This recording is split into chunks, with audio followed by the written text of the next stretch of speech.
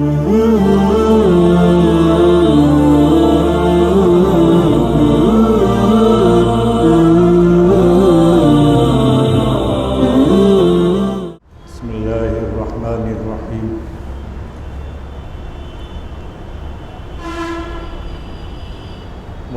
كَرَّمْنَا بَنِي آدَمَ وَحَمَلْنَاهُمْ بِالْبَرِّ وَالْبَحْرِ وَرَزَقْنَاهُمْ مِنَ الطَّيِّبَاتِ وَفَضَّلْنَاهُمْ عَلَى كَثِيرٍ مِّمَّنْ خَلَقْنَا تَفْضِيلًا وأيضا الله سبحانه وتعالى يقول لقد خلقنا الإنسان في أحسن تقويم. برادران ملت، اللہ رب العزت نے ہمیں انسان بنایا، اور انسان بنانے میں اللہ نے دنیا کی تمام مخلوقات جتنی پیدا کی ہیں اس سب میں اس انسان کو سب سے اعلیٰ درجے کی مخلوق بنایا۔ قرآن کریم میں اللہ نے ارشاد فرمایا کہ ہم نے اس انسان کو بہترین شکل و شکل میں پیدا فرمایا۔ ہمارا چہرہ، مہرہ، ہماری آنکھ، ہماری ناک، ہمارے ہونٹ، ہمارا منہ، سب چیز اللہ نے اس انداز پر بنائی ہے کہ کسی جگہ بھی کوئی عیب نظر نہیں آتا۔ اگر اللہ کسی بندے کے اندر اس کی تخلیق میں اگر کوئی کمی پیدا کر دیتا ہے تو پوری دنیا دیکھتی ہے اسے۔ کوئی ایک آنکھ سے اگر معذور پیدا ہوا تو دنیا کاڑا کہتی ہے اسے۔ اگر کوئی کان کسی کا کٹا ہوا ماں کے پیٹ سے پیدا ہو جائے تو دنیا کنکٹا کہتی ہے اسے۔ ناک اگر کچھ ذرا سی غلط زاویے میں اگر لگ جائے، پیدا ہو جائے تو لوگ اسے لکٹا کہنے لگتے ہیں، خدا جانے کس کس نام سے پکارتے ہیں۔ وہ اللہ نے بہترین شکل و صورت بنائی ہماری۔ ہر ایک چیز جو ہے اللہ نے اعتدال کے اندر رکھی، آنکھ بھی، ناک بھی، کان بھی، بھویں بھی، پلکیں بھی، ہونٹ بھی، یہ سب چیز۔ جب یہ سب چیز اللہ نے ہمیں اپنی نعمت سے نوازی ہے تو اس نعمت کے شکرانے کی ذمہ داری بھی رکھی ہم پر۔ اسی لیے ہماری زندگی کا ایک ایک قدم جو ہے اللہ کے یہاں جواب دہ ہے۔ قرآن مقدس میں اللہ نے اس انسان کے بارے میں یوں فرمایا اَفَحَسِبْتُمْ أَنَّمَا خَلَقْنَاكُمْ عَبَثًا، اے انسانوں تم یہ سمجھتے ہو ہم نے تمہیں بیکار بنایا؟ کیوں بھائی؟ اللہ نے کتنا کارآمد بنایا ہے ہمیں، اتنا کارآمد بنایا کہ ساری دنیا کی ساری نعمتیں اللہ نے ہمارے لیے پیدا کی۔ بھئی ہم سب مسلمان ہیں نا؟ ارے بتاؤ مسلمان ہیں نہیں؟ اور مسلمان کون ہوتا ہے؟ جو اللہ پر ایمان لائے، اللہ کی کتاب پر ایمان لائے اور اللہ کے رسول پر ایمان لائے۔ تو ہمارا ایمان ان تین چیزوں پر ہے نہیں؟ ارے زور سے بتاؤ، ہے ایمان نہیں؟ قرآن پر ایمان ہے، اللہ پر ایمان ہے، نبی پر ایمان ہے۔ ان تین چیزوں کے بغیر مسلمان کہلانے کے حقدار نہیں ہیں ہم۔ جب ہم مسلمان ہیں تو اب ایک ایک چیز کے بارے میں اللہ پوچھے گا ہم سے جو ہے ہمیں چھوڑا نہیں جانے کا ایسا ہی. اللہ نے زندگی کی نعمت دی ہے ہمیں. کیوں بھائی یہ زندگی کس نے دی ہے ہمیں؟ اللہ نے ہمیں پیدا فرمایا. ہمارے کوئی ماں باپ کا اللہ کے ہاں کوئی اپلیکیشن تو لگی نہیں تھی. بھائی ماں کے پیٹ میں رحم قرار پا رہا ہے تو ہمارے ماں باپ نے کوئی اپلیکیشن نہیں دی تھی اللہ کے ہاں. اللہ کا نظام ہے کہ اللہ نے ماں کے پیٹ میں ہمارا جو ہے سارا نظام بنایا اور اس نظام کے بنانے میں ہمیں اپنی حیثیت بھی سمجھا دی. ایسی حیثیت بتائی کہ اے انسان تیری حیثیت یہ ہے کہ تو گندے خون گندے قطرے سے پیدا کیا جا رہا ہے.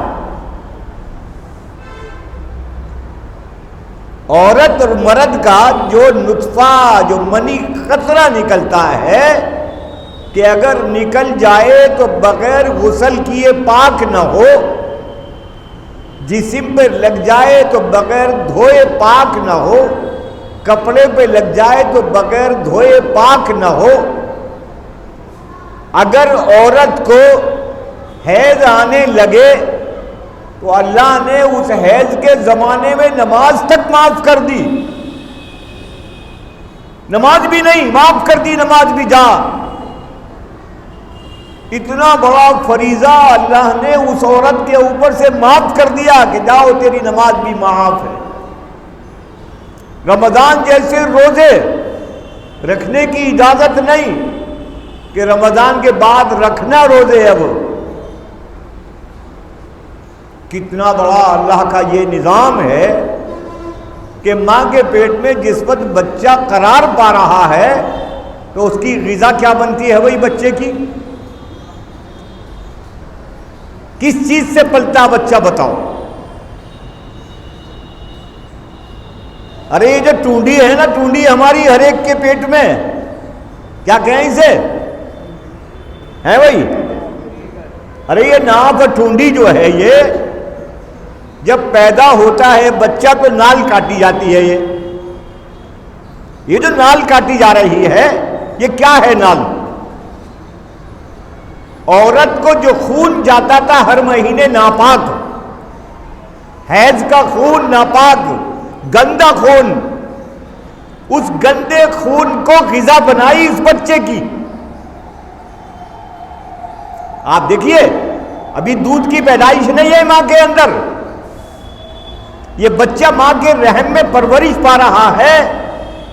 تو اس بچے کی پرورش کا نظام اللہ نے کیسا بنایا کہ جو گندا خون ماں کا جاتا تھا ہر مہینے اسی گندے خون کو غذا بنا دی ہماری. ہمیں یہ سمجھانے کے لیے ہے انسان اپنے اوپر فخر مت کریو، تجھے گندے خون سے پیدا کیا میں نے. ماں کے پیٹ میں اس انداز پر 9 مہینے پرورش ہوتی ہے ہماری، اور جس وقت یہ دنیا میں آنے کے لیے تیاری کرتا ہے تو خدا کا نظام دیکھو کیسا اللہ نے ہمارا نظام بنایا. جن ماں کے پستانوں میں دودھ نہیں ہوتا لیکن بچے کی پیدائش سے 24 گھنٹے پہلے اس کے ماں کے پستانوں میں دودھ اترنے لگتا ہے، اور بچے کی پیدائش کے بعد ماں بے چین ہو جاتی ہے دودھ پلانے کے لیے بچے کو. نہیں پلانے کی تو تھریلا ہو جائے گا. کیسا اللہ کا نظام ہے بتاؤ ہیں؟ ارے کس نے بنایا یہ نظام؟ ہمارے ماں باپ نے بنایا کیا؟ اللہ کی ذات ہے بنانے والی. جس ذات نے یہ بنایا اس انسان کو اس کی اپنی حقیقت سمجھائی. یہ انسان اپنی حیثیت کو سمجھ لے تو کس بات پر فخر کر رہا ہے؟ یا ایھا الانسان ما غرک بربک الکریم الذی خلقک فسواک فعدلک. فی ای صورت ما شاء رکبک. قرآن مقدس میں اللہ نے اس انسان کو مخاطب کر کے کہا، اے انسان تو کس بات پہ غرور کر رہا ہے؟ یہ دیکھ تجھے ہم نے کس انداز پر پیدا کیا اور بہترین شکل و صورت میں تجھے ہم نے بنایا، اور جس طرح چاہا ویسے بنایا ہم نے.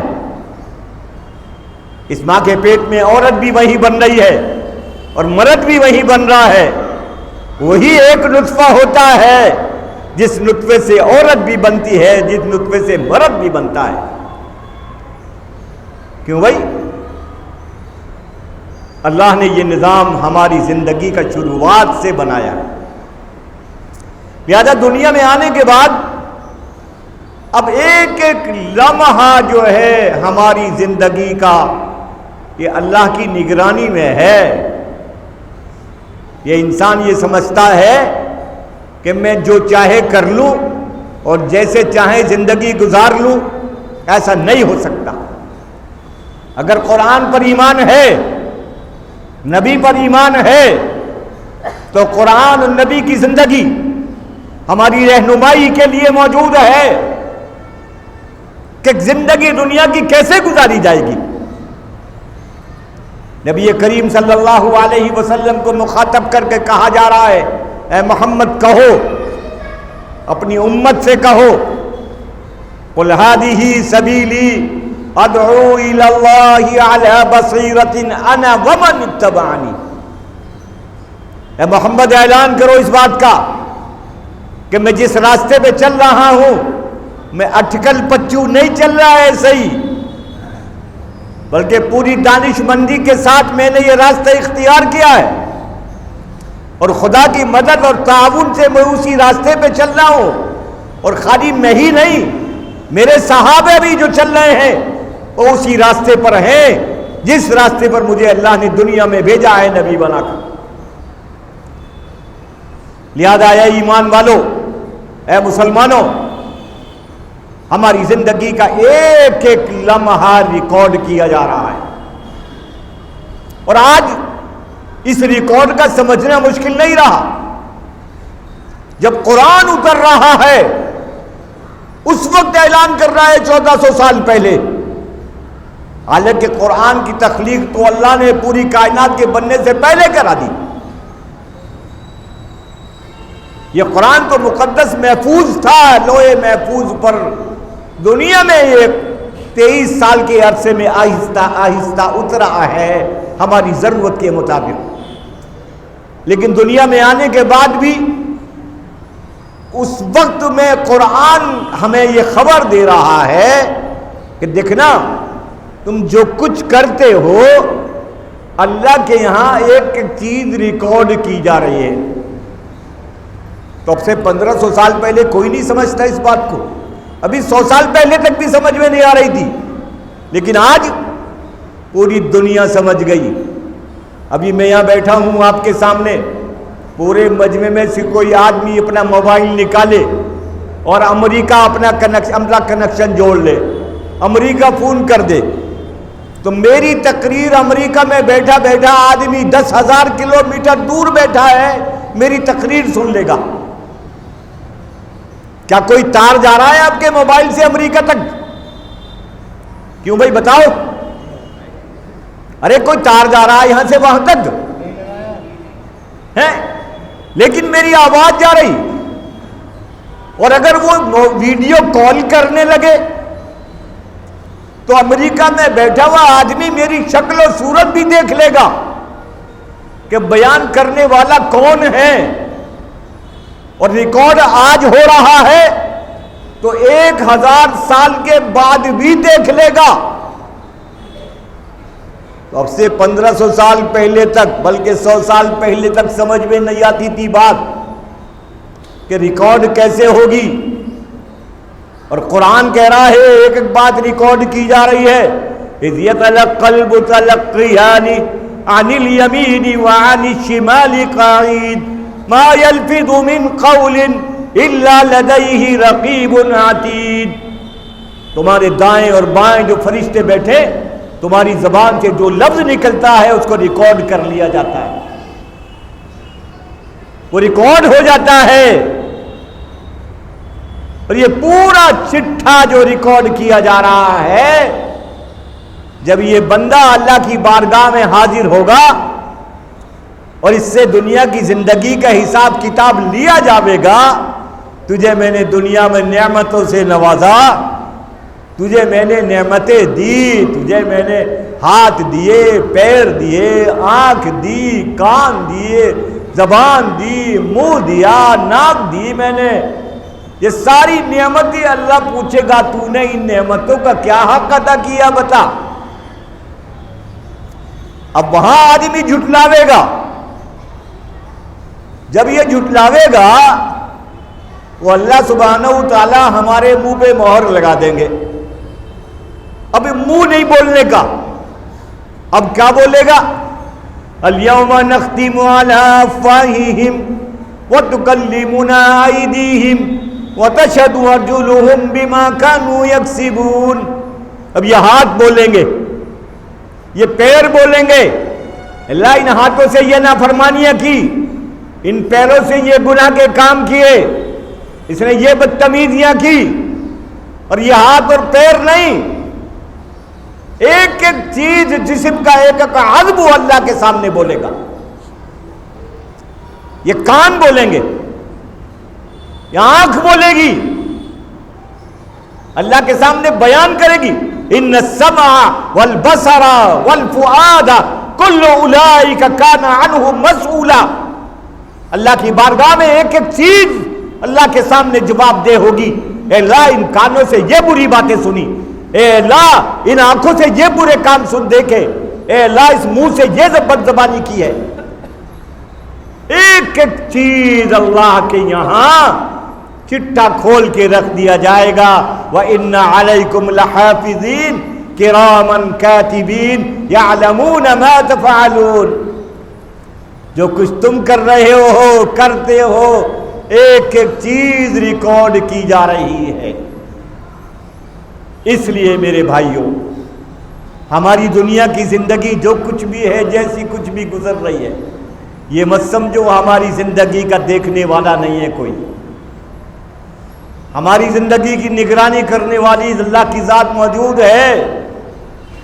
ہاں، یہ بظاہر جو ہاتھ پیر ہیں یہ تو ہیں ہی، لیکن دیکھنا جو دل کے جذبات ہوتے ہیں اللہ ان کو بھی جانتا ہے اور سمجھتا ہے۔ اللہ سبحانہ و تعالیٰ کے ہاں ایک ایک چیز کو دیکھا جا رہا ہے۔ قرآن کریم میں جگہ جگہ اللہ نے فرمایا کہ تم اپنے دل سے جو بات دل میں رکھتے ہو، یعلم خائنۃ الاعین وما تخفی الصدور، تمہاری آنکھوں کی چوریوں کو بھی جانتا ہوں اور تمہارے دل کے جذبات کو بھی جانتا ہوں۔ کون سی چیز ہے بتاؤ آج؟ اللہ کی پکڑ سے کیسے اپنے آپ کو بچا سکتے ہیں ہم؟ اس لیے میرے بھائیوں، یہ اللہ کی زندگی جو کچھ ہمارے پاس ہے یہ امانت ہے، امانت، اور اس امانت کی ذمہ داری ہمارے اوپر ہے۔ کل قیامت میں اللہ کی بارگاہ میں سارے چٹے کھول کے رکھ دیے جائیں گے۔ قرآن کریم میں جگہ جگہ ان حالات سے ہمیں متنبہ کیا۔ ہاں، تم تو سمجھتے ہو کہ تم ہماری پکڑ میں نہیں ہو یا ہماری نگرانی میں نہیں ہو۔ رمضان کا دن ہوتا ہے تو ہمیں بڑا یقین اللہ کی ذات پہ ہو جاتا، لیکن رمضان کا مہینہ گزرنے کے بعد یقین کمزور پڑتا۔ کیوں بھائی؟ رمضان کے دنوں میں روزے سے آدمی ہے، گرمی کا روزہ چل رہا ہے، آدمی وضو کرنے کے لیے بیٹھتا ہے لیکن کلی کرتا ہے اور پانی باہر نکال دیتا ہے۔ پیاس کی شدت ہے، اگر پانی پی لے تو کوئی دیکھنے والا نہیں ہے۔ کیوں بھائی بتاؤ، کوئی دیکھ رہا ہے اسے؟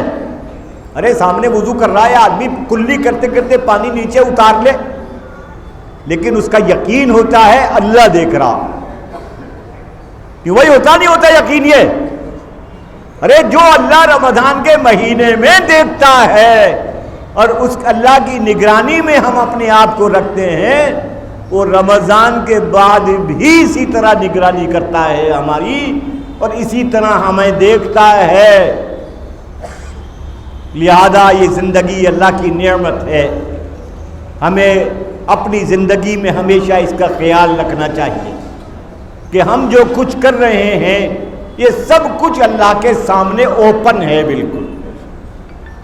اس لیے اپنے آپ کو نافرمانیوں سے بچائیں, برائیوں سے بچائیں. ہم ایسے تمام کاموں سے اپنے آپ کو بچائیں جن کاموں سے بچنے کا نبی نے حکم فرمایا, قرآن کریم نے حکم فرمایا ہمارے لیے. نمازوں کی پابندی ہو, حلال کمانے کی کوشش ہو, اپنے ماں باپ کی اطاعت اور فرما برداری کرنے والا ہو, پڑوسی کا خیال کرنے والا ہو. ان سب چیزوں کا خیال کریں گے تو انشاءاللہ دنیا کی زندگی ہماری کارآمد بنے گی اور آخرت میں بھی انشاءاللہ بہترین ثمرات ملیں گے. کیوں بھائی کریں گے بھائی انشاءاللہ؟ زور سے بولو انشاءاللہ کریں گے. ہاں بھائی یہ سب کچھ اللہ ہی کے اختیار میں ہے. ہمارا کام تو قدم کے بڑھانے کا ہے. ہم نیت کر لیں کہ اے اللہ بے شک ہم نیت کرتے ہیں نیک بنا دے تو ہمیں. نیک بننے کے لیے قدم اٹھاویں اپنا تو اللہ راستے کھولے گا ہمارے نیک بننے کے لیے. ان اللہ لا یغیر ما بقوم حتی یغیروا ما بانفسہم. اللہ نے اس قوم کی حالت نہیں بدلی نہ ہو جس کو خود خیال اپنی حالت کے بدلنے کا.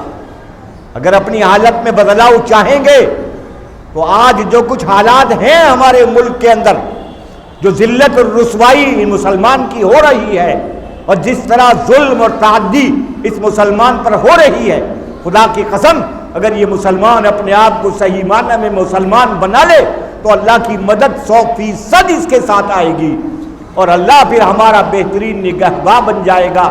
اللہ ہمیں سبھی کو توفیق دے دے اور اس کے اوپر عمل کرنے کے لیے اللہ ہمیں قبول فرما لے. وآخر دعوانا الحمدللہ رب العالمین.